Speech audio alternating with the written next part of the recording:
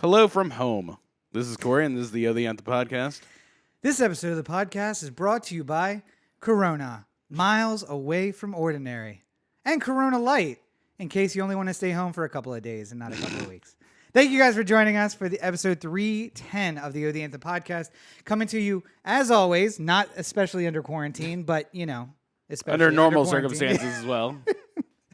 From the hashtag OTA LA studios, high above the 110 freeway in downtown Los Angeles, California. Thank you for joining us. Yes, indeed. And real quick, just a quick little bit of housekeeping before we get into it. Yeah. An update to otheanthem.com that puts the entire O The Anthem store right there on the shop page. So if you go there, you can take advantage of that and see everything that we sell right there, and you don't have to leave the site or nothing. It's really nice. And it makes it much easier to go and check out the videos, which are also categorized fantastically on the website. A little bit about you and I on the website. Yeah. And what else is there? Oh, I thought you were just about to say a little bit about you and I was like, oh, what are we about to say? Well, you know, just let the people go read it. They can go read it right there at otheanthem.com. Indeed. So before we jump into the topic of the week, or the topic du jour, as it were, let's just take a little break. Let's slow it down. Let's move away, and we'll talk a little sports ball.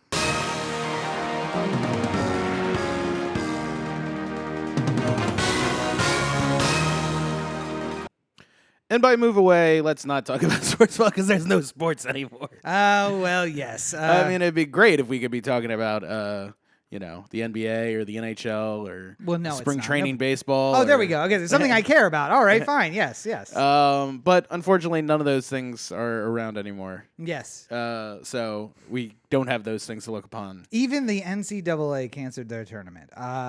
They said at first they were going to play without crowds, but apparently it's too dangerous. Now they're not going to play at all. Something up with your mic there? What's No, I was checking yours. I was just making sure it's right. You're good. Things, I think hashtag things should be done before the podcast. Well, I think you started speaking a little bit out the side, and I was did. Like, yeah. I like to move side to side and give everyone that Doppler effect. Yeah, absolutely. But yeah, so no sports to speak of, but in the hopes that sports will be played at some point this year, teams are still making moves. Yeah, so the NFL did not get the memo that things are supposed to be shut down because there was a flurry of trades that happened in the last 24 hours.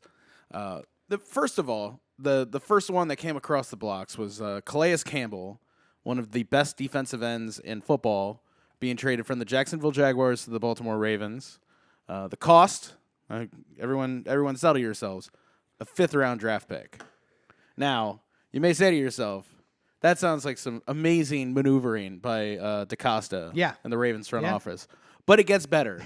That 5th-round draft pick that we traded to the Jags, we got from the Minnesota Vikings. When we traded a backup kicker who was not going to make the team because, Tucker, to the Vikings, and they cut him 3 weeks later, but they traded us the draft pick that we traded to Jacksonville. Yeah. So it's kind of like we traded an all-pro defensive end for a backup kicker who didn't make it. Didn't make the team. Yeah. Not good enough to make an NFL team. Actually, I think he did make it. He just didn't kick well once he got there. It's hard to say. I wasn't following it, so I don't know exactly what happened. But I feel like this is, of course, pending a physical, right? I'm sure. Yeah. And I'm sure all these physicals are not going to happen right away. So we might get the Calais Campbell trade's official in July, and you're just like, oh, that's right. That thing happened. Or turns out he needs a serious back surgery. Deals off. They thought they could keep it hidden from us, and did not. They already picked the draft pick, and now we get your draft pick, your 5th-round draft Kyle pick. Bowler's little brother, Edward Bowler. Yo, it's like, oh, man. He took us to a Super Bowl. I don't know what to tell you. No, he didn't. Yes, he did. No, he didn't. I don't remember who did. It doesn't even matter. Gerback. Who did? Gerback is the one who took. That's right. Yeah. Elvis? Gerback and Flacco. Elvis Gerback? Yeah. Oh, God. That was the 2000 team. It was that was the guy who started the year. Yes. It was. Are you sure it was not Kyle Bowler? No, it wasn't Bowler. God, he's on ESPN all the time. It's gonna kill me. Anywho, whatever. Speaking of NFL trades, the other one that happened, I assume somebody got into the St. Patrick's Day celebrating a little bit early, because Bill O'Brien traded DeAndre Hopkins, considered one of the best wide receivers in all of football, for David Johnson, one of the not best running backs in all of football. Somebody formerly one of the best. Formerly one of the best, but someone who looked like he's been about a year and a half in the decline stage of his career, whereas Hopkins is trending upwards. Yeah. On a very team-friendly deal, and the draft picks were like even. Essentially, it's like fourth-round picks going back and forth, and like. See, I feel like that's one of those ones that I heard about after the fact. I'm sure they just the Texans mentioned DeAndre Hopkins, and the Cardinals were just like, don't let him get off the phone. Let's finish this one. Because if other teams find out that Hopkins on the block, then how do you? Like, if I found out that the Ravens traded like a third-round pick for DeAndre Hopkins right now, I would be ecstatic. And that is a way better deal than what the Texans actually got for him. Well, and I was going to say, I feel like I remember playing Madden. I haven't played that religiously since like 2006. Right. But sometimes you would get yourself in this combination where you would make the first offer, and by the time 25 minutes had gone by and you're offering back and forth, you realize like, wait, what am I giving up? And then what am I getting here? I don't know how this has gone back and forth. Maybe it was that, or maybe something is up with DeAndre Hopkins and you don't know. Like he says, I don't want to play with whoever anymore. I mean, I guess that's always possible. I just can't imagine. The Steelers look like geniuses for getting rid of Antonio Brown. Yes. When they did. Yes. Because everyone was just like, well, he's one of the best in football. I don't understand. And I don't think DeAndre Hopkins has the same sort of like thing that follows him, but maybe it's the type of thing that we don't know about until he gets to Arizona and he's allowed to be unleashed. Yeah. Or, maybe it's like he's a gremlin, and once he gets into the heat. Well, who's the quarterback in Houston? Deshaun Watson. Deshaun Watson. Now, it might be either way. Maybe he's just like, you know what? I'm sick of Hopkins out there. I'm sick of Hopkins catching all the damn footballs when I throw it to him, regardless of where I put it. I want some fresh blood out there. Or, I like a drop from time to time. Or, Hopkins. Because I feel like it pleases me. More and more, it's become like you have to watch out for that Antonio Brownness, where it's like there's something in the locker room that might end up being poison. And if we can get it out, we look like geniuses later when that manifests itself. And then everybody is like, you are so dumb when it first happens. Like, because if I remember correctly, that was said about the Steelers when they were talking about Antonio Brown. It's one of those things that it can only go one of two ways. We'll get to the Corona stuff later, but I mean, Trump in the last week was just like, oh, there's going to be no cases by next week. It'll be fine. It'll be beautiful. It's like, yeah, okay, so that works out really well if it happens to be true, but it doesn't. Could be bad. People remember. Yeah. It's like, oh, God. And then one last little piece of news, Ravens related. Hayden Hurst was traded to the Falcons, so goodbye to our former first-round pick. But Mark Andrews kind of took over his. I was gonna say it, but at the end of the season, there we were seeing him only in like the 2 tight end formations anyway. Yeah, I mean we use a lot of tight ends, and I like Hurst, but I think that again it's a continuation of Inazi we trust and DeCosta we trust. It's just I've learned not to ask questions. If something.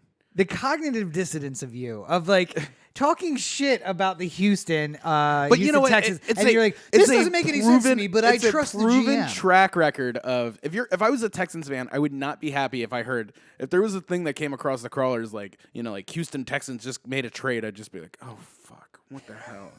Like, what is this? And then you look, and it's the worst thing ever, and you're just like, oh, fucking Jesus Christ. Again. You never know. But, like, when I hear the Ravens made a trade, I'm just like, okay. All right, good. Can't wait to hear about how we're going to be better next year. Like, we'll see. It'd be like the type of thing, like, Lamar Jackson could get traded, and my initial reaction would not be, how the hell do you let go of Lamar Jackson? It would be, well, they must know something. Yeah. There's no way.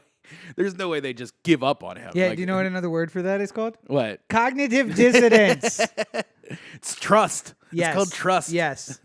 Yeah. Anyway, so it may be the last bit of sports ball that we talk for a while. Yeah, I mean, there will be the draft at some point, and because I was gonna say for the next few weeks there may be trades, but I felt like there was a flurry right now, and then they'll just. Chill out. There's always a chance that something sports adjacent happens. Sure, like Kobe died, so like that would have been a sports ball topic, but it wasn't like a Or it wasn't related to the games that were taking place, or so, like if a player does something dumb, like I can't get it, and then touches all the mics, and then touches his face, and like Rudy gets Gobert. it. Yeah. I mean, like that might be in the news at some point. Yeah, I'm sure that one will be hard to live down. But otherwise, for a while, well, sayonara to sports ball.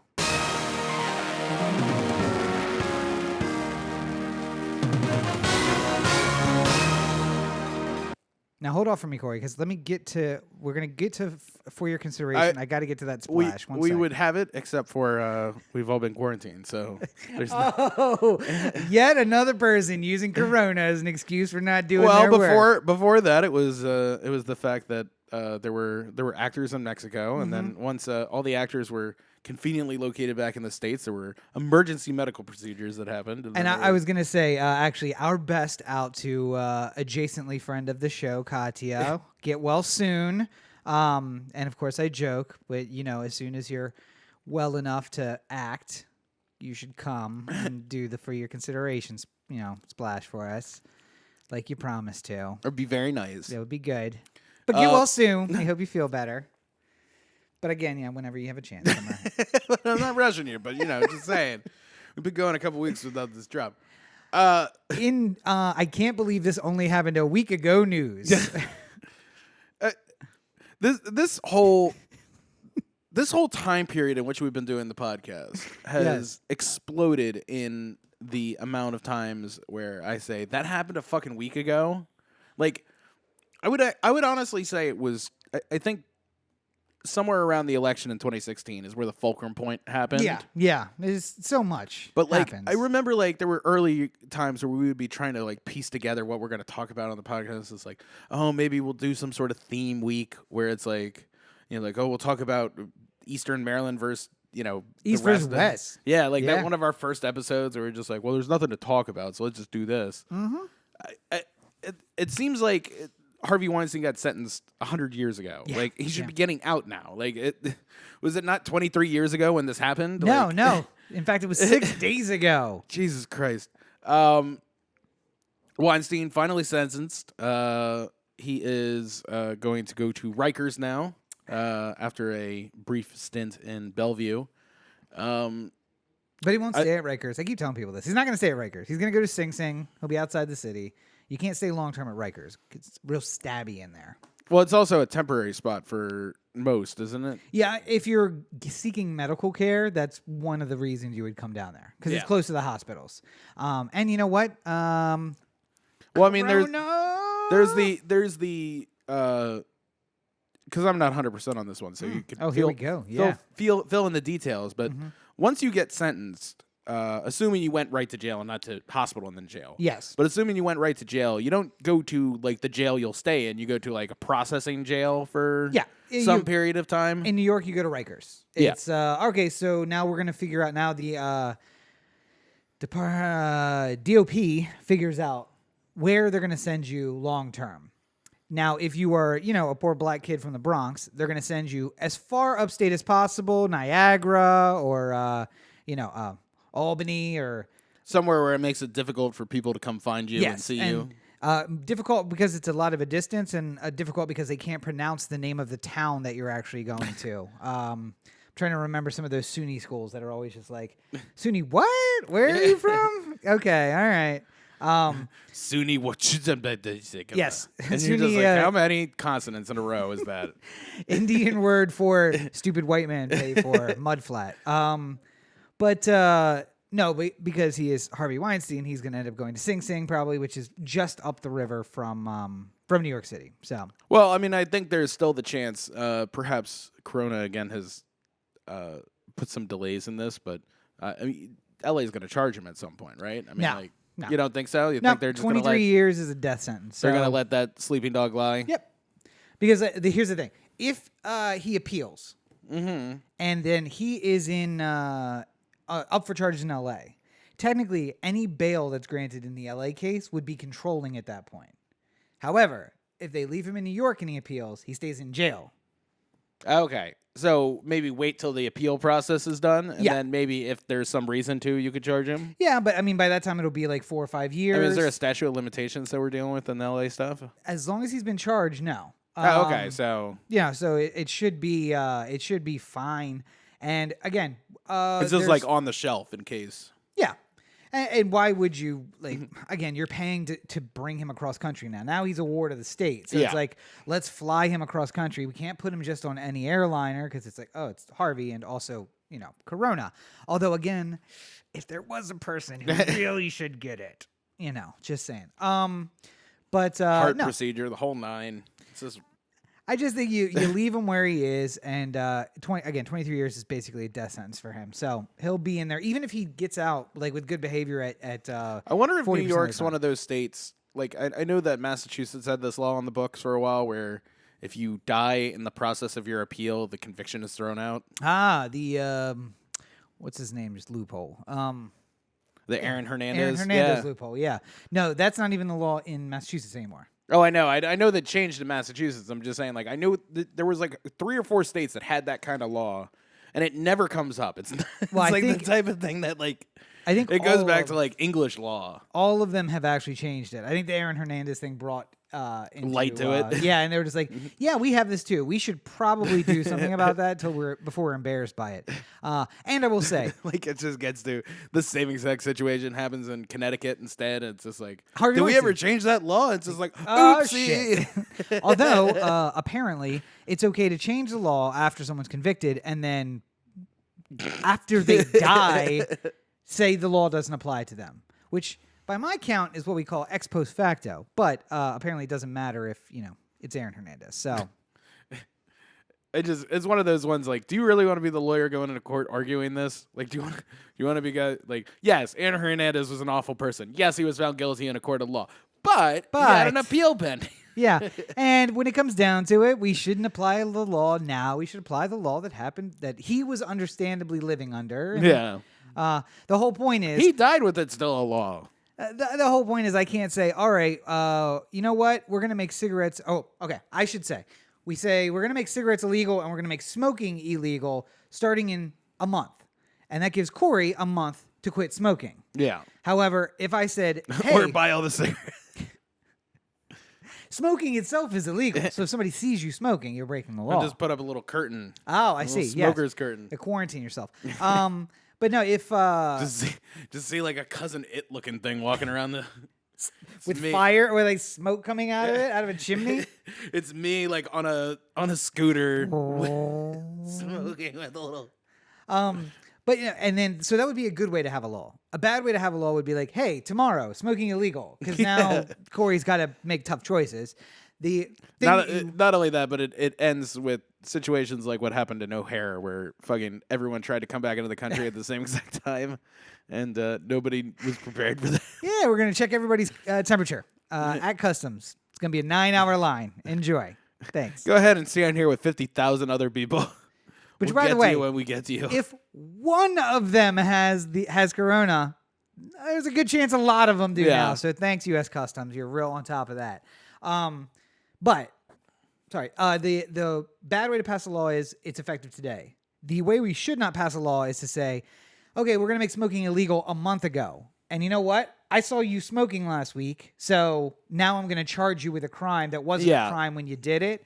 And that's basically against our whole system of justice. But we that make doesn't stop exceptions us. from That time to time. doesn't stop us.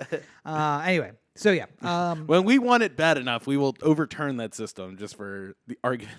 Yes, absolutely. Like letting a cop stay on the force. That we're going to be okay with that.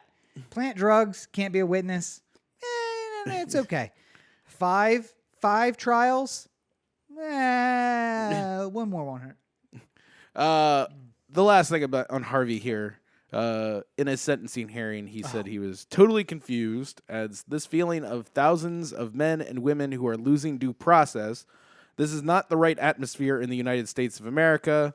Looking at 5 to 29 years behind bars for sex crimes. Yeah. Yeah. Harvey is not the one allowed to make that argument, I think. I think other people can say, in regards to the case that they're watching, because a big part of legal observation, because high-end lawyers will do this all the time when they're trying to find cases that might eventually be able to take them to the Supreme Court to change a decision. So if, I'm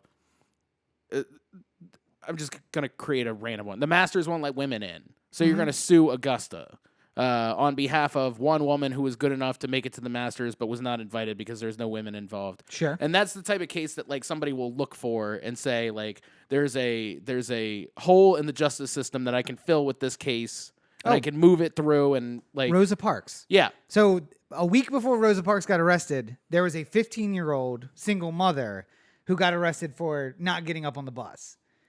And they were like, not you uneducated 15, already a mother in Alabama. Yeah. Not a great case for us to pursue, but good luck. Right. And then Rosa Parks sat down in order to create a case. And they're basically like, so here's what's going to happen. Yeah. You're going to be found guilty. And we're going to bring it up on appeal. And that's going to be denied. And we're going to bring it up on another appeal. And that's going to be denied. And then we're going to go to the state Supreme Court. And just so you know, that's going to be denied. And after you've been in jail for a while, we'll get a hearing before the Supreme Court. And from what we can tell, they are not going to uphold that. And we just need to get through all the state courts. You'll be in jail some of this time. But we just got to get through all that to get to the Supreme Court.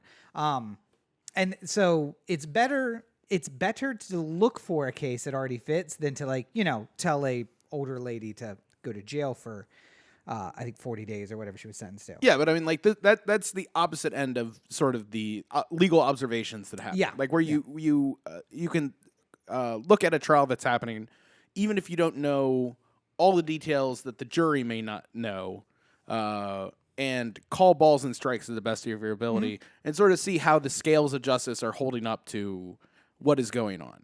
I think that Harvey's problem. And this is a problem with the criminal justice system in general, is that a lot of sunlight on a particular case does not help a fair, completely, unbiased decision, because there's going to be some level of influence based off of people knowing either who you are, what you stand for, or what you actually did.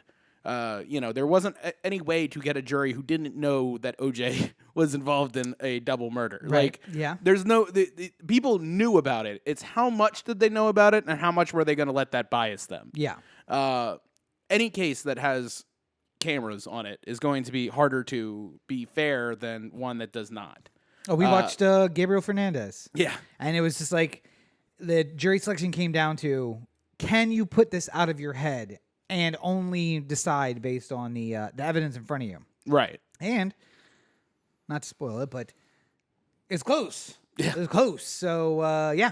Well, I mean, and there's going to be cases, I'm sure, that come up with Corona where it's going to be somebody didn't do something that was illegal, but the reason why they did it, or the justification they're making for it, is, I had Corona, or I was worried about it, or whatever the case may be, and then there's going to be people who look in the jury like, oh, I know what that was like. I'm going to have sympathy on this person, even though they might have clearly broken a law. It's like one of those, like, is it okay to sentence the person who steals the bread for the hungry family kind of thing? Like, it's yes, technically that was a crime, but are we going to look past it? I mean, like I'm hoping for one of those juries myself. These are all variances of legal justification that we have from time to time.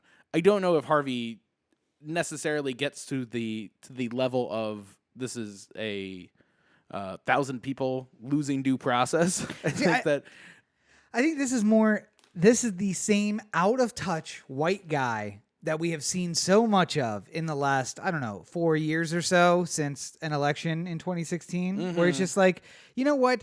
White men are so persecuted. And by the way, Harvey Weinstein being able to consider himself a white guy, 2020 is great and terrible in many, many, many ways. Like it's there's a lot of guys who wouldn't agree with you, Harvey, about being white. But nonetheless, just like the idea that I'm rich and I'm being persecuted and this shouldn't be happening.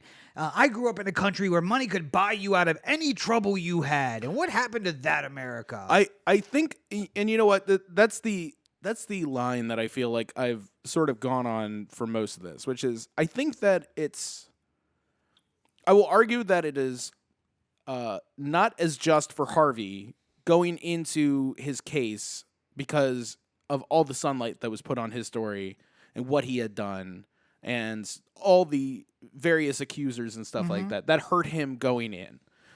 So in that regard, it's a failure for his due process. But I feel like the more I've been thinking about it, the counteraction of all the things that he did that eliminated the due process of others kind of makes his argument wrong, And this is something we've talked about a little bit before, where I was just like, I feel like we've all decided that we're going to get him. Yeah. So everyone feels good with anything that ends with him getting a guilty sentence for many, many years. But, if there were more subtleties to this case than there were, then it would be tough to do that ram it through approach. Yeah, that's this is a bad example of that because he was so bad for so long. Right. You're just like, he really is a bad guy. But I mean, like calling and threatening people, and like there was the story, like when the emails got released. Jennifer Aniston. Yeah, like Jennifer Aniston should be killed. Like, there's no reasonable reason. That's not something that a normal person does when they're trying to allow somebody to live freely in this world. Yeah. But I think, I'm always one for the slippery slope. That's just like, it worked for Harvey and that's fine. Yeah, we trust Obama with drones, but eventually it's not going to be Obama. Yes, we trust Obama with, the spy tools that let them, the Velociraptor program that goes into your email and looks for the words bomb and whatever. Well, I trust Obama with that. I don't trust Trump with that. Yeah. I don't want him to have it. And the problem is I can't give it to one and then take it away later. Once it's out there, it's always out there. And now that we've done this to Harvey, who's the next guy? Now, again, not that he didn't absolutely deserve it, because he did terrible things for a long time. The worst, the hardest part about him making any kind of argument is how badly he clearly did something wrong. The problem with his end is that he had no way of, it's not like, oh, of course I didn't rape her. I was in Cincinnati that night, and here's my receipt. Like, it's not like he had any, like, actual argument for any of the charges brought against him. She wanted it. It wasn't rape. It was just whether or not the court was going to punish somebody for it. I mean, that's really because so many of these cases have just been, like, oh, okay, 6 months, like, just don't do it again. Now, maybe I'm gonna put you on the registry, like. Now, having argued the opposite, I will argue a different point because this is what I like to do. Let me see if you get this reference. Okay. I'm really hoping that things, if they're going to go wrong, that they go terribly wrong. Because I'll tell you what, this weekend I was on the verge of buying a purple suit and some white face paint. Joker? Thank you. I said this to a group of 5 people and they looked at me like I had 2 heads. And I'm like, okay, you understand who I am, right? And you don't get the purple suit and the white face paint reference. But my point being, then if, I don't know, say some figure of chaos were to start, doing chaotic things and, public property and downfall of civilization and society, and then we're caught and put on trial, I would maybe want the jury to be sitting there like, yeah, this guy, he's out there talking about why are people getting evicted during a crisis? Why are people not being able to go buy food during a crisis? We're all out of toilet paper because all the Karens of the world have grabbed all the toilet paper, and some old couple who can only go out and buy groceries once a week don't have any. This seems like a good argument to me, and I want them to be biased, and I want them to kind of the opposite, but in the same way, just be like, no, there's nothing you can say. We're letting him go as soon as this is over. Like, go ahead and work your way through your little trial, and then we'll go back there and be like, we're all agreed, like, not guilty, right? Like, fuck the state. Okay, all right, we're out of here. I commend your imagination. Yes. If not the fact that it will not happen. The place where that might work is L.A. I'm just saying. Unfictional movie is the place that might happen. I suggest you write it. I really want the downtown courthouse and not the Santa Monica courthouse. Because if it's a Santa Monica courthouse, it ain't going to go that way. God.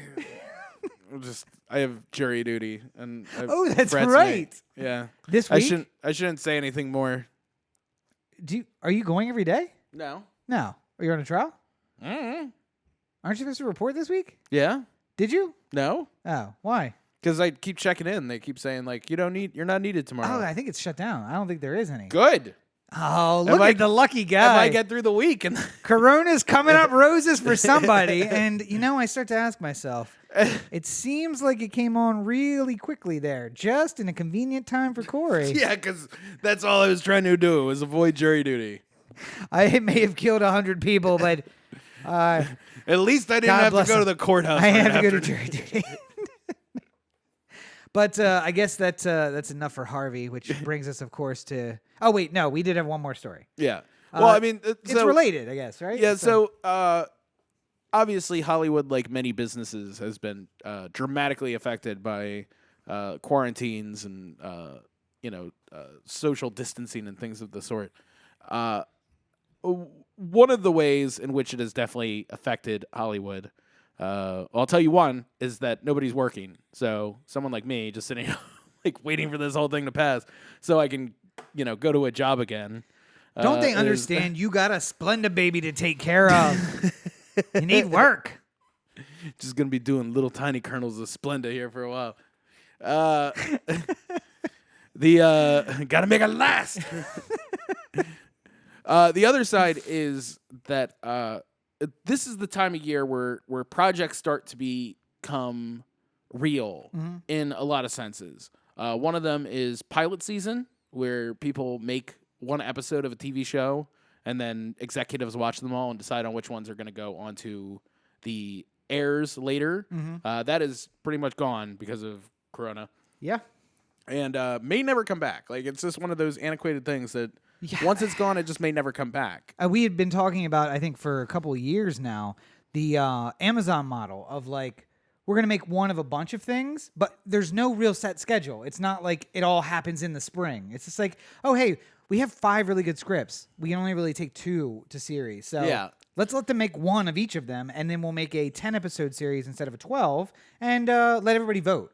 Yeah. But I remember Aaron Paul's show, they did that in, like, July in a place that made no sense. It wasn't like pilot season at all, either fall or spring. So I think the likelihood is, and of course, now, like, the new Pope came out in February. Well, I mean, it almost seems like it's a better financial move to just make a short season of everything that you're thinking about making and then put it up on your streaming service. And then if people like it, then you can make more. Yeah. And if nobody watches it, then it's not that much more money than you would have spent just making one pilot. Right. And so, like, now you have content for your streaming service. Yeah, which and is you have another thing on there. Like, rather than spending, because you spend like $100,000 on a single pilot. Well, you can find some industrious person to make you 6 episodes of something for $250,000, $300,000, and then all of a sudden you're off to the races. And you spend a little bit more, but you have content that you own forever. And if it's successful, then you own the right to keep making it. And you own the IP. Well, you own the right to the IP anyway. Yeah. So then maybe it's like, okay, so they didn't do a really good job, but there's a kernel of something here, right? That we could probably work with, and it'll live on the streaming service forever, and then we'll find a way to work that in somewhere else. God, I just said Aaron Paul, and I can't remember the name of his movie. Damn it. The Breaking Bad movie. Breaking Bad movie? Yeah. That is Aaron Paul. I know, but it's the name of the car, and I can't remember the name. Oh, El Camino? El Camino. So that was like, I guess we don't really know how well it did because they don't release that. But I think that there were supposed to be 2 more, and now apparently that's like question mark. Maybe there won't be 2 more. But it's the kind of thing where, like, okay, well, now Netflix has the rights to all of these spin-off shows or whatever, and they could have chosen to make 9 of them. They did one. It didn't do too well. But maybe they put it in the bank, and then later on, Gus Fring, the guy who plays Gus Fring, I'm tired. Anyway, so he has a breakout year where he's got 3 really big movies, and you're like, all right, it's time for Gus Fring to come on back, and let's have ourselves a come back in the fold. movie. Yeah, and so they just because they have it. And again, one of the things I love about Netflix is that you can scroll forever. Yeah. There is well, I'm sure there is, but there seems to be no end to Netflix. And Disney Plus is great, But at some point, I hit all the kids stuff, and I'm just like, all right, there's nothing below here that interests me. I'm gonna go back and go to Hulu or Netflix or something. So just having the content can be good. So we didn't put it here on the rundown, but just in connection with that, another thing that is happening, like right now, it really was breaking today, and it's huge if you think about it in terms of a paradigm shift in the industry. While people are trying to desperately get some revenue in, movies, the theatrical window has been thrown out for a couple movies now. Oh yeah. The Hunt, which is out right now in theaters, but nobody can go see because all the theaters are closed. I want to ask you about that. By the way, is now available on you can get it on iTunes or Amazon or something like that for a $20 rental, which is equivalent to two people going to the movies. So in LA, it's equivalent to one person going to the movie. I mean, it's like what, $15 for one of us to go. So yeah, split that 4 ways, $5 a piece. Yeah, it's a second run theater for a second run movie. Well, I mean, the reason why they're not so worried about it is because they released it. They finally got it out into theaters, and then this happens. And I something tells me they're just like, fuck it, just put it on streaming. Let's just try and make some amount of money off of this shit. And they got a bunch of free promotion, right? Because of everything. And I do think, if you... But I mean, there's a bunch of movies that are not going through the actual theatrical window anymore. I think the new Trolls movie is just going to be released. Yeah. And they released Frozen 2 before it was supposed to be on Disney. Yeah. Well, that's because all the kids are home. Well, I mean, there's just going to be a ton of this happen. ESPN has this 9-part Jordan documentary that I'm sure is just going to be coming up next week at some point. Yeah. I don't know if I want to watch Why are we that. waiting till June? I don't know if I want to watch that. You think it'll ruin Jordan for you? It might. I mean, I know he's a terrible person, and I only know a little bit of it. I'm just waiting. It might ruin it for me. I think he's a terrible person in the kind of way that you enjoy, though. I mean, yeah. He's not the terrible person who's why is this Mexican here? I don't like them around me kind of thing. He's not that type of terrible person. Fuck you, pay me. Fuck you, pay me. He's the type of terrible person who's just gets super competitive. He's just like, fuck your whole family. And you're just like, oh, wow. Jordan just got unleashed there. He's intense. Let's gamble. But the other side of this, on the theatrical side, is festivals. Yes. Film festivals are opportunities for people who have spent the last year and a half making a movie. Apologies if you guys can hear that. Apparently, the person who died upstairs. There's apparently a rodeo going on upstairs. The film festivals all over the place have been canceling because, I mean, everything's been canceling. And these are huge gatherings. And for a lot of filmmakers, they've spent the last year making a film, and they get accepted to some sort of festival. Mm-hmm. And this is their opportunity to get people seeing it and talking about it and maybe get it sold and all that. And now all of that is out the window. Best Picture winners. How many of the Best Picture winners in the last 10 years have been independent films that started out at a festival? Oh, many, yeah. So, and not that we care that much about the Oscars, but in the end, it's a big part of what independent film is. It's you can make a film on the cheap and then get invited to one of these festivals and maybe find somebody who will put it in a theater so that more eyes can get on it. And without or that, you get bought by Netflix, or you get bought by whoever, and they figure out some sort of place for your movie. Yeah. And you gain the notoriety of having a movie out.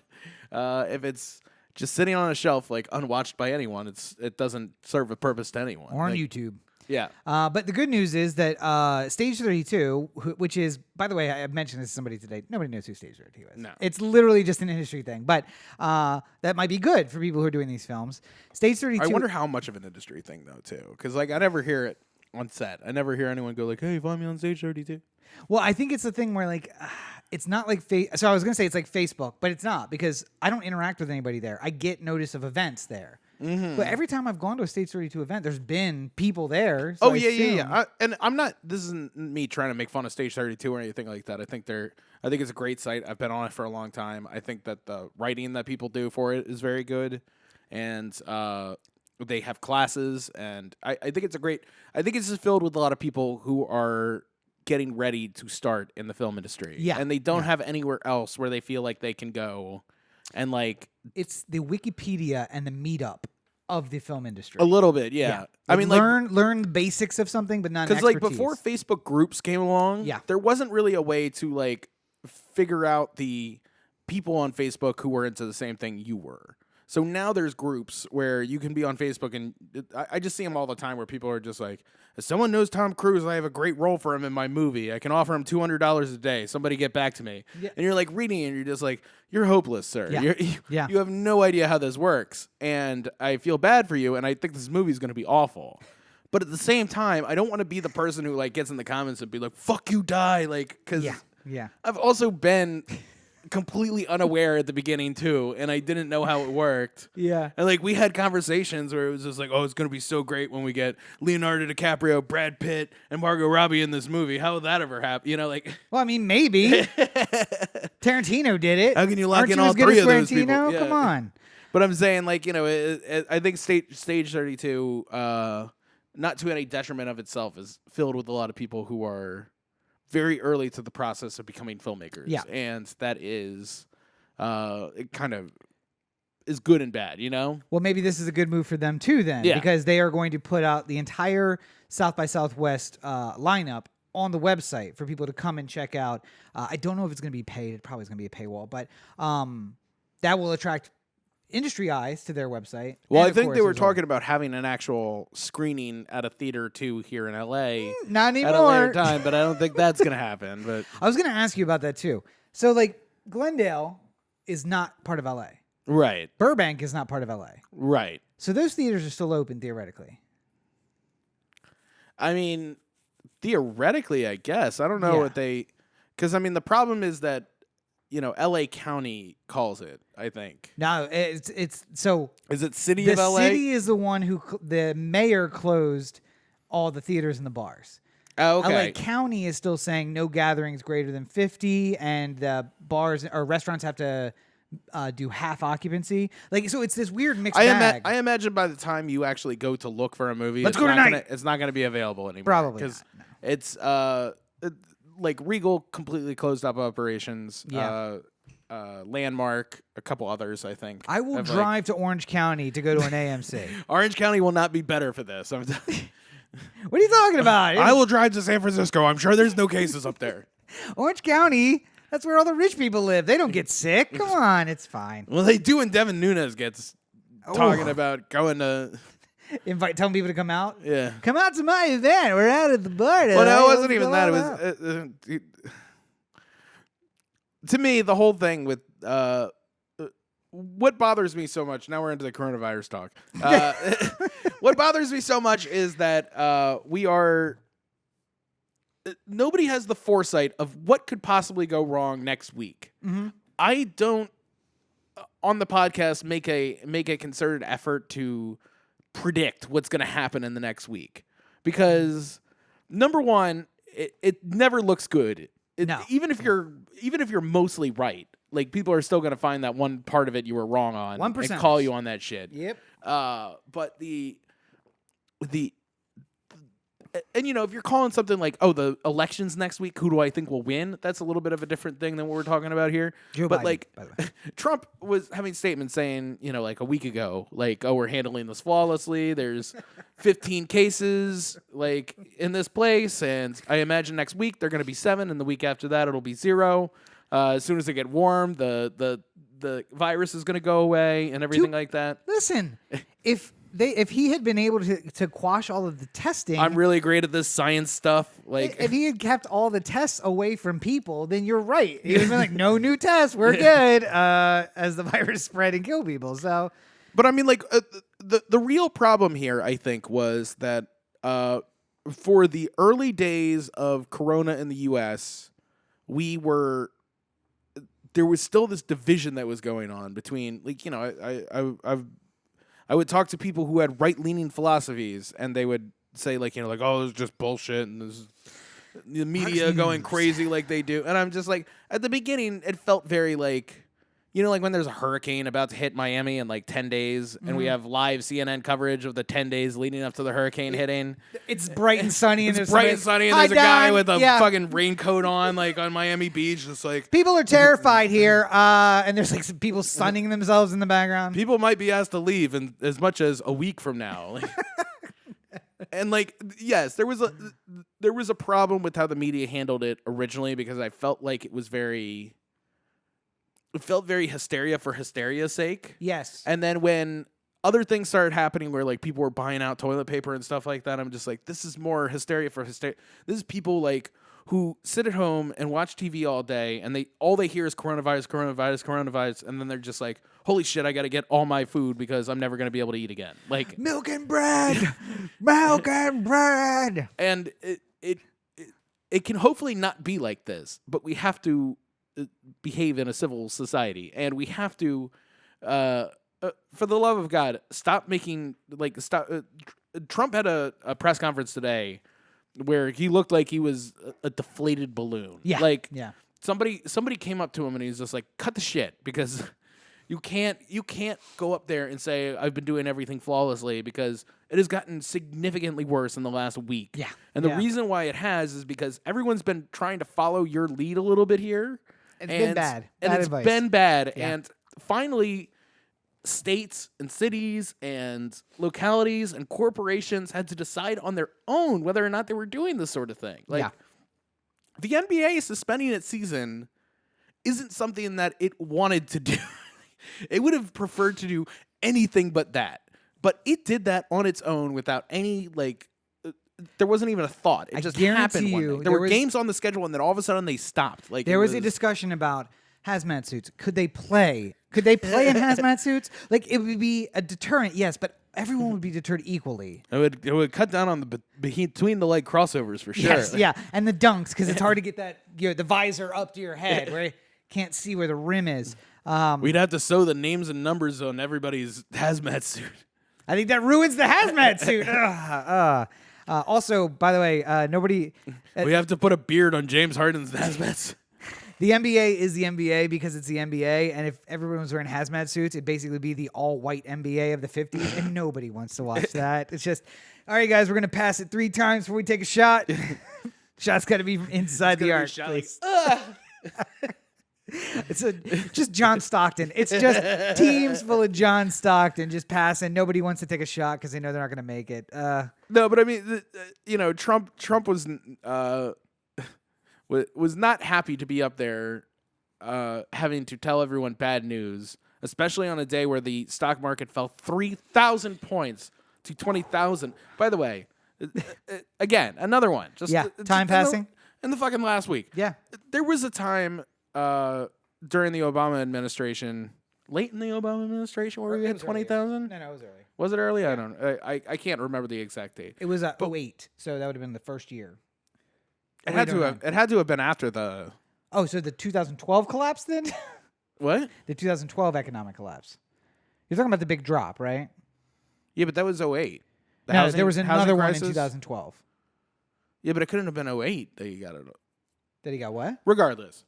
There was one. At some point during Obama's administration, the stock market hit 20,000, which was a number that people were like, oh my God, we've never seen it so high. It'd be like if I told you that somebody scored 200 points in basketball. You're just like, that's way more than even the highest imagining of how many points you could score, you know? And then throughout the course of this Trump administration, we've gotten up to, like, I think as high as like 25,000 something a couple times, like a little bit over 25.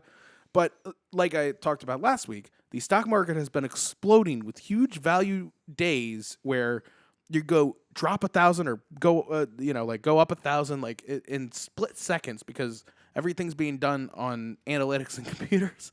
And there's no actual person like sitting in their basement with like 4 computer screens like pulling a trigger anymore. I wanna go dive into that just a teensy bit. We're gonna dive in the shallow end. Okay. So, what has changed about any of the blue chip stocks? Are they making less cars? Are they making less computers? Are they making less batteries? Is anything making less paper? Is anything changing? No. What has changed is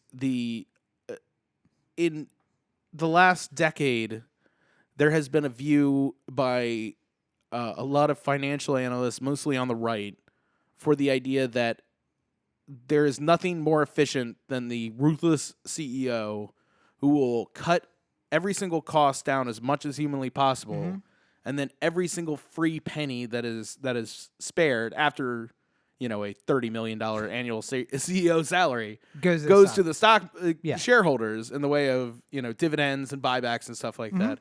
And the way to get more people to invest in the stock market is to have more immediate gratification in the form of dividends. And I mean, this collapse though, this 3,000, 5,000 point drop. Yeah. Is anything changing as far as production is concerned?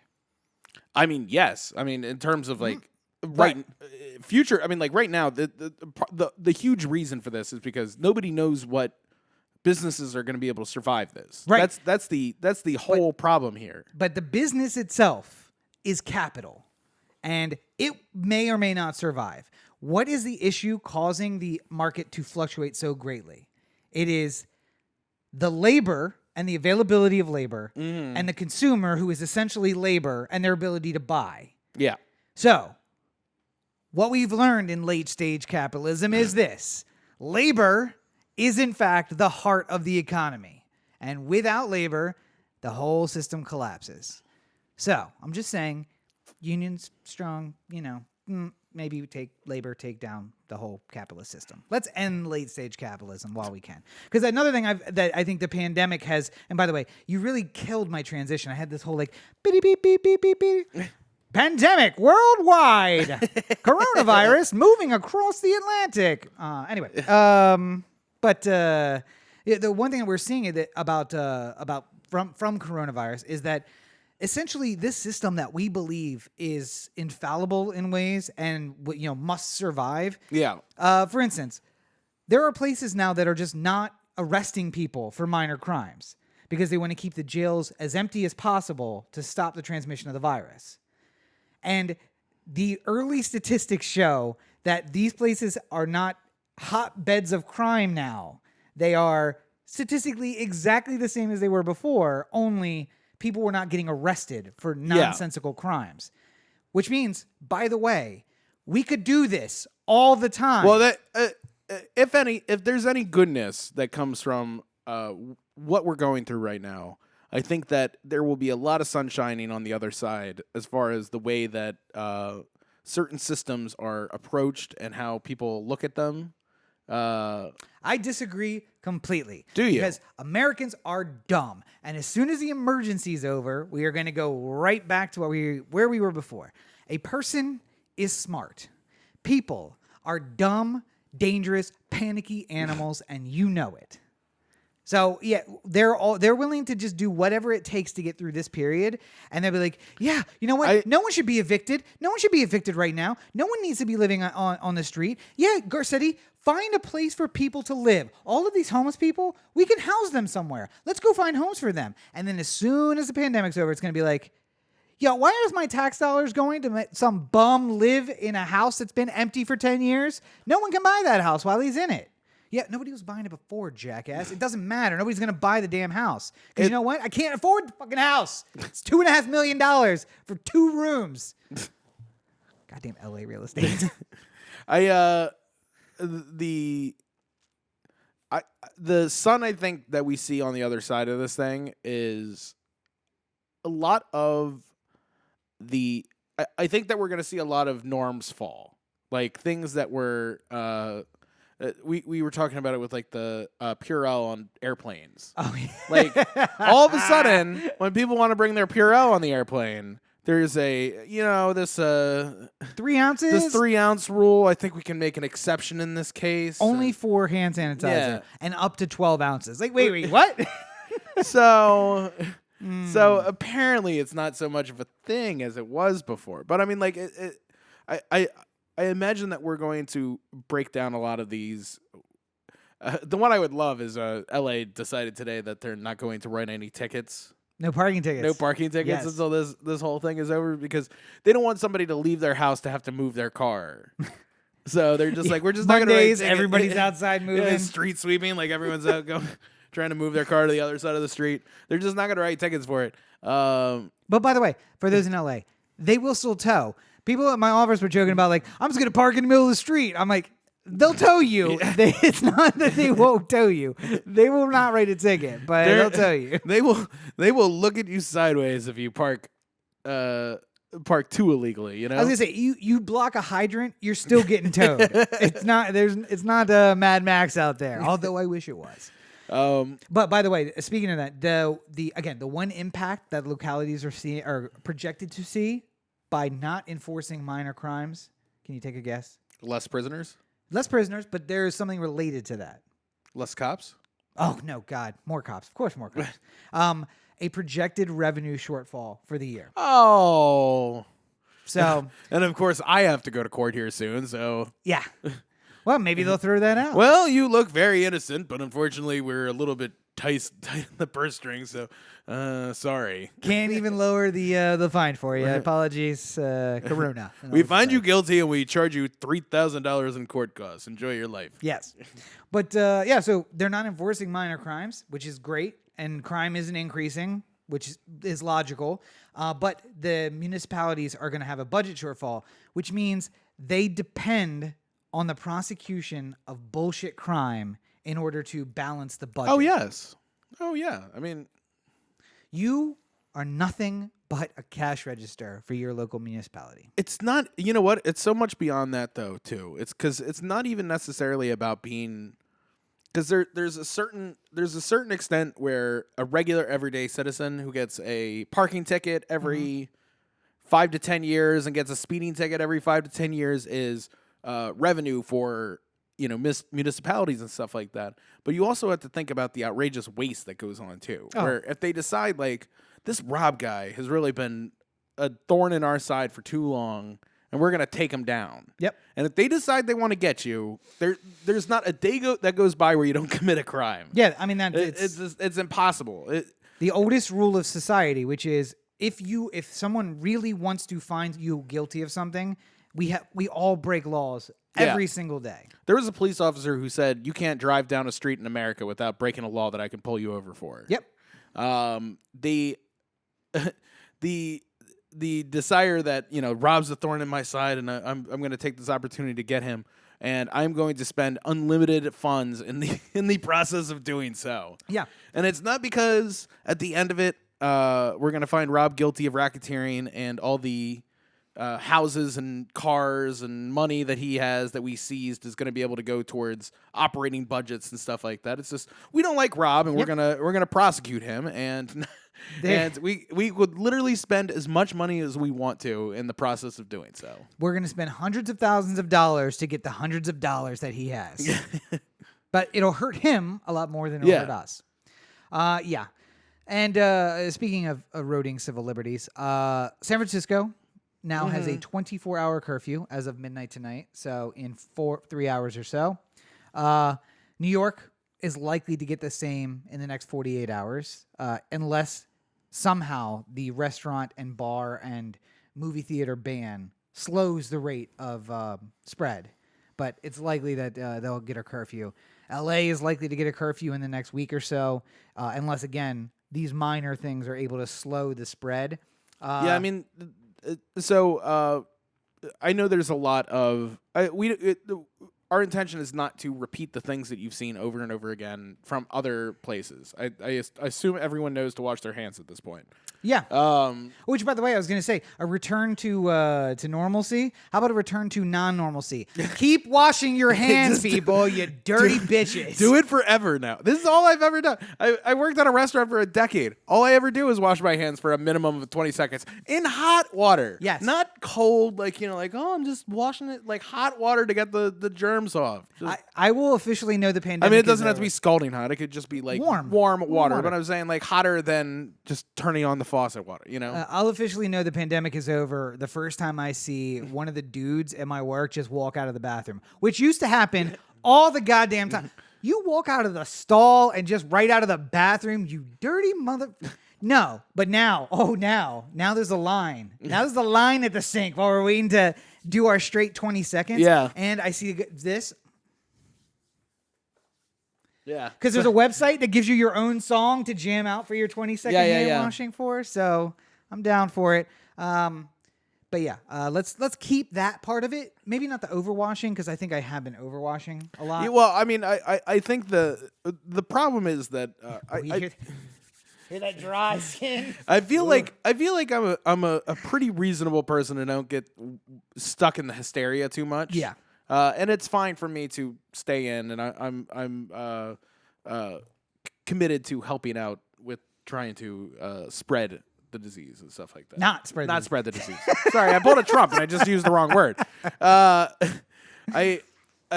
I'm all down for the cause. I think my problem is that just like that I lost it. I had a thought and then it was gone. What were you just Washing saying? my hands? Oh, yes. The little bit of what's the thing where you think you have every disease? Oh, hypochondria? Yeah. Yeah. Like the little bit of like anytime I do have to leave the apartment for like 30 seconds to go to CVS and get two things, and I'm just like, I'm going into like the war zone and I'm just like, I'm being attacked. You hear one cough and you're just like, next aisle, move. Like, So I like I'm not one of those people, but at the same time, there's like almost an aspect of this is crushing everyone to I posted a believe video. that they're under constant assault. Posted a video on Instagram of like I'm not scared, but I'm not stupid either, of me wearing a mask. And then I was on my way out, actually leaving. So I went, but I put the mask in my pocket and I scooted on down to CVS. And I was not going to wear it in the store. Right. I made it maybe 3 steps in the store before a woman, 10 feet away from me, just is like, no covering the mouth, no elbow, no nothing. And I was just like, these dirty and I just strap it up. And I just walked around the store and I'm just like, it was hot as hell in the store because there's so many bodies in there and I'm sweating and the mask is so hot. I'm like, it's worth it because I'm not going to get corona from some dude at fucking CVS. That's not going to happen.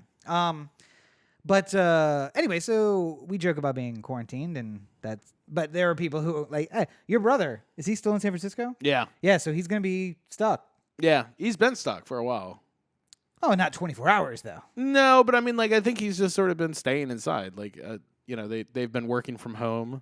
Oh, and I mean, like, rent plus the extra groceries. He's broke. Where's he gonna go? So, living check to check with that $600,000 a year rent. No, but I mean, like, hopefully it doesn't. I feel like the curfews, at the very least, that I've been hearing about are meant as a let's see if we can simply stop it a little bit by telling everyone not to go outside. Like, but when like searching for a suspect in the Boston Marathon bombing, the police said, well, we hope that by just storming into people's houses all over the east end of Boston, we can find the bomber. Like, at what point are we going to say, I get it. I get that there's a good reason for it, but the good reason is not enough. Yeah. And just saying, hey, voluntarily, everyone stay inside. We're not going to enforce a curfew at all. And then let Darwin work it out. Let all of those dummies that get out and go to the bar or want to go to the bar. See, but the problem is, and I thank God Garcetti closed all the bars and restaurants. People were out on Saturday. Before, I mean, like, St. Patrick's Day is not going to be as big of a thing because it's not going to be a big drinking day on Tuesday. And it's a Tuesday, so. But I'm saying, like, yeah, I would have appreciated if everyone's, because I'm seeing like videos from like Mardi Gras where there's fucking 50,000 people at a Post Malone concert. Yeah. Apparently, like, a bunch of people got sick at Mar-a-Lago where Trump was having a thing. Thank God. I just couldn't happen to a better crew of people. Here's the thing, though, and connecting this back to sports ball a bit, the NHL canceled the rest of their season. Well, suspended. They've all everyone's suspended at this point, but you have to imagine that if all this these goes on are done, for any length of time, and then of course the Canadians tie drinking and hockey and everything together, and much like on Family Guy where they show the paradise that would be Ireland if whiskey had never been invented, it took Canadians 48 hours to isolate the coronavirus after hockey was canceled. They're like, no hockey? What? All right, boys, let's get our gloves. We're going to figure this thing out. And so they've now, The problem with the testing is that they had to give you this whole slew of tests. Yeah. And it's like, if they're positive on 7 of these 10 tests, that means it's coronavirus. Okay, great.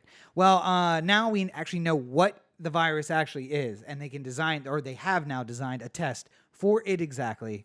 Now they go into mass production, so in like 6 weeks, we'll have tests for it.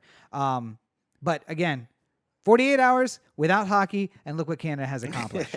I just think we should take away beer and hockey from them forever, and just there was a great meme I saw. Day 2 without sports. Found out my wife's favorite color is yellow. Who the fuck's favorite color is yellow? Oh yeah, which leads me to the divorce lawyers when they see couples getting quarantined together. Well, I've seen it both ways too. There's a lot of people who are gonna be getting married because they spend a lot of time together. That's also true too. But we just staying together for the kids. So I mean, we're running a little long. The only thing I really kind of wanted to cover is that I like that celebrities are standing up and saying that they're infected, and I just wanted to mention that because I feel like we have really. This could have gone a dark place where it's like a racial thing or it's a class thing. Like only poor people get it, rich people or only old people. I mean, people. that was the thing that was going on with the kids going to the bars. They're just like, well, what the fuck do I care? I'm not old. Like, I'm not gonna die from this shit. I'm gonna go have St. Patrick's Day. Like, but it's not about you. Yeah. And but then like Tom Hanks, I think was the first one. Him and his wife coming out and saying that they were infected, and everybody's like, whoa. If Corona's coming for Tom Hanks, it could come for me. All right, he's the nicest guy in the world. I don't know. I mean, Corey hates him, but other than that, I don't hate him. I love Tom Hanks the person. I just I feel like I've seen so much of Tom Hanks in my life that I instantly recognize him when I see him, and it makes it more difficult for me to watch movies where he's supposed to be somebody else. Right, you know? Like you have said before. I wish Philadelphia was real, and I wish he had not survived it. But Idris Elba coming out today and saying that he had tested positive. I just think it puts a human turn on it. And it's just like we are all races. We are all. I mean, I guess they're all rich, but it's like it's not just the poor. It's not just poor people. It's not just Well, I mean, I would say specifically with it was Wednesday night, I guess, because. It all these sort of dominoes. I feel like there was never a more packed hour of real time where a bunch of different things were all happening at once, but they were all related to the same thing. Mm-hmm. So Rudy Gobert, it was announced that he had tested positive for corona. Immediately, the NBA season was pretty much done at that moment. Like it was. He had spent like 20 minutes saying he wasn't scared of it. Within 20 minutes, it felt like the game was canceled, and then other games were being canceled, and then there's games that are happening still, but there's like 15 people there. Yeah. And it's like, this is the end of the NBA season for a while. And then beyond that, there was Tom Hanks and Rita Wilson, which happened like 20 minutes after that. And then all at the same time, Trump had that White House press conference or the Oval Office. Everything's fine. Everything, yeah, like well, he said there's not going to be travel from Europe except from England. Yeah. And no products, and then everyone freaked out. Like you've done a bad job of the Oval Office address. If you have to go back and figure out ways to correct the things that you said wrong during the process of that should be the one that's so locked down. Like you're not saying anything that's not 100%. Ready to go, and maybe somebody's checked CNN headline news before you go out there to talk, and just be like, "All right, we should postpone a bit because Tom Hanks tested positive, and that's going to be a big deal, and NBA shutting down." So, but I mean, like all these things. What was fascinating was like, it all happened in such a short little period of time, but at the same time, it felt like we were having this conversation about like. Well, why are all these events canceling? Yeah. Like there was like why is everyone else ahead of this but Trump saying everything's fine, like and there were cities like like with LA where like I think Garcetti really started like freaking the fuck out like and giving press conferences every single day. And I'm not meaning that as like to disparage the man. I'm just saying like there's certainly been a part of Garcetti the last couple of days, which is sort of like a top being spun out of him. Yeah. Like he's working for a change of pace. So you can see a little sweat on his brow, you know? Yeah. But there was sort of a thing that was happening early where it was just like LA County's got 12 cases, and you're just like, all right, well, we got fucking 10 million people. Like, I think it's it took a while before it like hit this critical mass where everyone was just like, oh fuck, like what? Everyone was only half engaged, and they didn't see like, yeah, we don't have that many cases, and I think everyone was like, oh, we're not testing that many people. Yeah. We should test more people and see if those statistics hold up. If it stays this low over, a couple thousand people, we're good. I think what Trump and all his people were hoping was that like these were just going to be all the cases that there were. Yeah. Because like it kind of like slowly moved a little bit here and there for the first couple of days. It's like, oh, we got 12 cases in LA. Now we have 15. Now we have 18. Now we have 197. It's just like, holy shit. Where'd that 94. There are only 94. No, but I'm saying LA. like it certainly seemed like it went from one day being like 15 people to being 80 something people. Like within 24 hours. Well, that's because they started testing people. Oh, I know, but I'm saying the Bay Area, by the way, the same thing. It was like a slow crawl, and then a bunch of companies were like, "We'll buy these off the market tests that the government won't buy because they were German, I guess, and they didn't say they were trustworthy."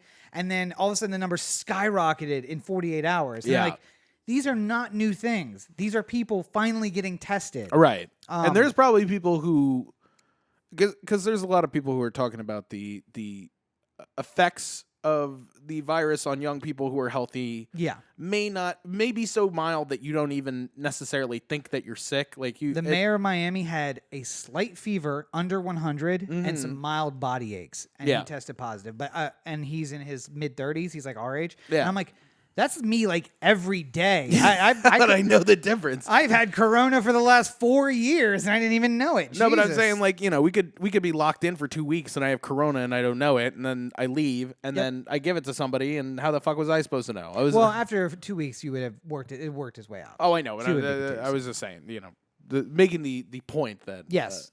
Don't go around your parents or my parents and we'll be fine. Oh, well, that's right. Yeah. Well, I think that's about it. And I think we've had quite enough excitement for 1 week. Let's be honest. We'll be talking about Corona again next week because it's not going anywhere, folks. It's going to be around.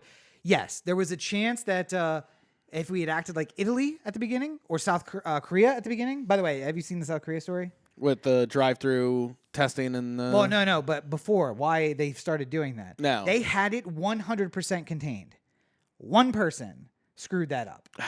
They had 34 patients that were tested positive, and patient 31 left containment, went to a church service, went to a mall, went to a buffet, came back, and then took the test, even though they said, do not leave. We can't keep you, but do not leave, please. Yeah, please don't leave. And they can tie like 7,000 cases to that several visits before she came back and got tested. So if we had done that, like a better job than South Korea, or what Italy did, where it's like out of control, shutting it down, which again, civil liberties, I would make an argument against. We could have killed this whole thing, but now we are on this like exponential curve upward that is going to peak. And I was talking with the Uber driver that brought me home today, and I was just like, the reality is, this is probably going to infect 70 to 80% of people. But the question is, when do you get infected? And if Corey gets it, and then, a week later I get it, that means that we are not at the doctors at the same time. Yeah. And because we're both young, we're not really threatened by this particular strain. We'll probably survive it and have minor health impact. Like you said, a fever and some body aches. Yeah. It'll be a flu, and we won't be happy, but we'll survive it. But the problem is if we both get it in the same day, and so do 1,000 people that we know. Now, all of us are sitting at doctors' offices and hospitals, and we're just maxing the system out. Yeah. And there's no drugs for it. There's not enough tests for it. And we're just sitting and waiting. So the important thing is to try and spread this 80% infection rate out over time so that we don't stress the system out. And to do that, I am going to not leave my house. Oh, wait, no, I have to go to work. I am not going to go to the movies. Just kidding. I would go to Orange County for an AMC. I will. But stay tuned. It'll continue. So. In the meantime, everyone, please stay safe. Do what you can to protect those around you without exposing anybody to any kind of danger. Social distancing. Yes. It's not a joke. It's turned into one, but it's not a joke. And please, no matter what you do, pay attention to your local boards of health, whether that be a state or like a county or a city level, to get the latest information.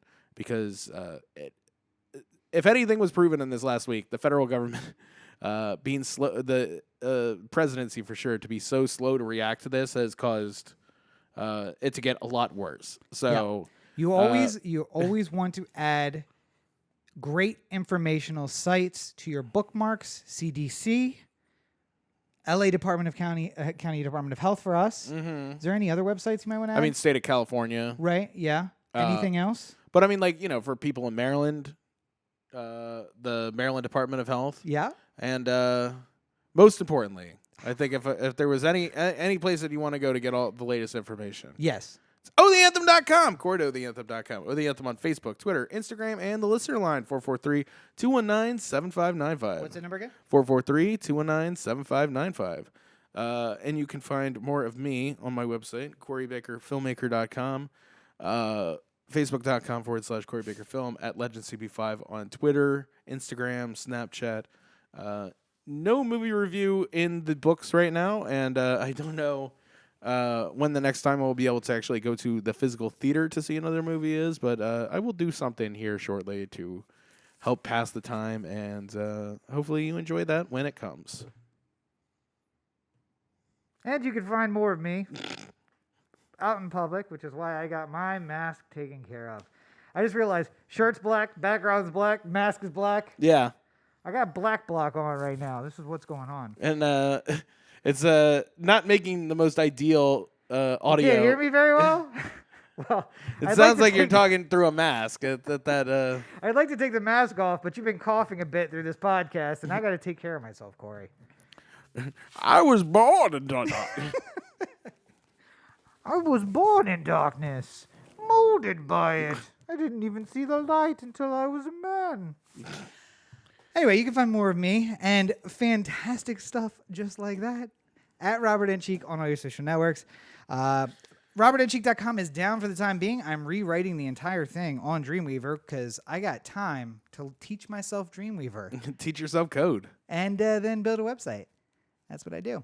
But so in the meantime, make sure you check out youtube.com/Rob Cheek for the Everyman movie review. Right now we have Invisible Man up. And what did I do just this past? Sonic? Sonic is up. I just did one. It's coming out tonight. Dang it. Can't remember. Bloodshot will be out Thursday, though. So Bloodshot, brand new movie coming out Thursday.